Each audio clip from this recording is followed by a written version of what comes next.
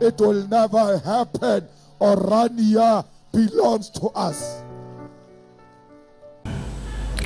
Yes, EFF calls for review of Orania status. Welcome and greetings all of you, dear lovely family, friends, fellow Africans here in the continent, and to those who are in the diaspora. Today we are going to focus on the calls of EFF to review Orania status. You know that Orania is a small town in South Africa where black people like me are not allowed to enter, not to live, even to enter. So it's only white township. Only white people are allowed, but black people are not allowed to enter. The question, why black people are not allowed? Why it's only white people? While we know that South Africa is within African continent, and we know African continent is the continent owned by we black people, but we black people, we are not allowed to enter. There's any town in Europe where white people are not allowed to enter, that owned by only black people? Or in America maybe? I don't think so. So join with me in this video where we are going to explore the truth about Orania. Join with me. Yes, that is about Orania. You may ask yourself, why this time? Why EFF asking this review at this time? It's because right now white South Africans are calling the international communities to help them to attain their independence. They want South Africa to be divided into two countries. One, the country that will be owned by white people only, and another country that will be owned by the rest of South Africans, majority have black people. So, you know, when South African government passed the law to share the land, of course, there are those who own the land. White South Africans are not happy to share the land with fellow Africans, and that's why you see they have their own town where black people are not allowed. So they don't feel happy to share the land with Africans. There are those who said they developed the land, they built houses, they invested, and of course, they added value. But we must understand the land that has been added value is the land that was taken from Africans, in the land that is owned by Africans. So to add value to the stolen land, it doesn't give a mandate for you to own the land. You know, one thing that I don't understand, why white South Africans are not ready to share the land with Africans, and what is behind or what is inside of that land. Because you see, when South Africa said, South African government said we want to take the land back, they come up with the idea of Western Cape independence. They came with Capexit, and now they are sending invoice to America to seek how America can support them to have their own country. So it looks like they don't want to leave this land. But I think it will be better if they will accept to share the land with South Africans, because for more than 400 years, black people have been living with these white people. They welcome them, despite they were colonizing them. They learn apartheid regimes, but black people have no problem. And what right now black people or South Africans are asking, let us share the land.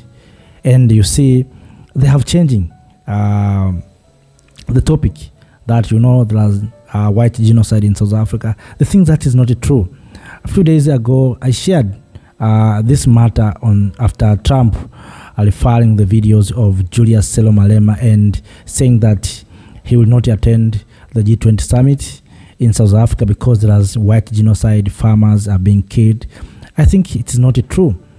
When you say farmers are being killed, but you forget that even Africans were killed. But in reality, no white farmers are being killed in South Africa. South Africans are living in a nice way with these white farmers, and it is almost black people who are suffering, not white farmers. White farmers are living in a good way, and they have already owned their own township, Orania. So how is it possible? These people who are been saying they have been killed, they have their own town. In that town, they have their own flag, they have their own money, they have their own everything. And yet, there are some people who are saying there's white genocide. I think that is misinformation. There's no white genocide. It's only what South African government asking is to share the land with other Africans.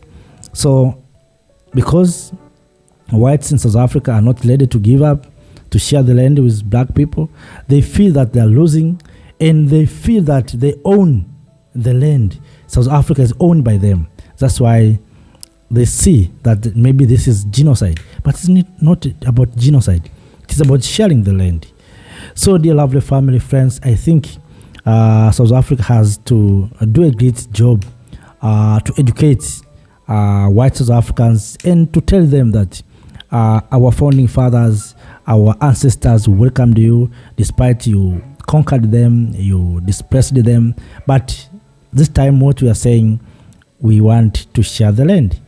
We want the land for our people, for young people to invest, for Africans to produce, to use the land for agriculture, to feed themselves. That's what a South African is asking. South African government is asking from these white people who own the land. So just imagine you have the country that almost 80% of the land is owned by individuals. So what kind of that country? What kind of that country? And how this can be called a country? Can we call that is independence? Because these people at any time can say, if you are attracting investors, these maybe resources are in the hands of few people. And I think that's why they fear to share the land. They know that if you share the land, maybe investors will come, they will not get maybe much money, environment for them to acquire money or to attract investors in order for them to remain in position. But all in all, family, friends, fellow Africans, all of us, we must join together to call for white South Africans to share the land with Africans. The way Africans came together during Mandela, calling for the international community to support the release of Mandela. Also, we can come together at this time to support South Africa to take back the land to the rightful owners. We want the land not because we want the land from the white people. We want the land because Africans need to feed themselves. Africans need to work on the land. Africans need investments. And this is the land that was owned by Africans. You know, sometimes I wonder, those who are advising Mr. Trump, they don't tell Mr. Trump the truth. And of course, I know Trump knows very well that this is the land owned by Africans. So what's happening right now is South Africans saying, you have been enjoying this favor for more than 400 years. So this time, let us also allow those who own the land to enjoy also. And of course, they are not talking about taking and leaving white South Africans without the land. No, what South Africans are saying, the government of South Africans are saying, let us share the land. It doesn't mean that they want to take the land and leaving white people without the land. No, what South African government is saying is, let us share the land. And that's what I heard even from Julius Malema, that let us share the land. If you have maybe 10 hectares, let us take 1 or 2, the rest give to other people. Just imagine a single family can own 100 hectares, while we have majorities living in this squatter camp. So I think it is not fair. It is not fair, and this is not human rights that we have been always talking about. If it's about human rights, let us, all of us, share equal in our resources, because this is the land of all South Africans, not a few people. So there are those who saw themselves as the first class of the people or person, so they don't feel to share, they don't feel happy to share the land with others or with the rest. So, but all in all, I think the time has come for Africans to come together to address this matter. And I wish even African Union has to speak about this. We know it is an internal issues, but if America can say about this, why not African Union? Because African Union is for Africa. So if America is too far but can speak about this matter, why not African Union also talking about this matter? But all in all, let us wait and see what will happen. But we Africans, we must come together, and that is the reality, and that is what is going on. The country want to be divided. We should not accept our country to be divided into two countries. We are Africans. We should remain with our territories, with our countries. Those who feel that they don't like to live in South Africa, they have to go to find other places. But to divide South Africa into two countries should not be allowed. Those are just my opinions. Thank you. Thank you, Africa, Mama Africa. Oh, yeah. You make African great. Thank you, Africa. Thank you, Africa.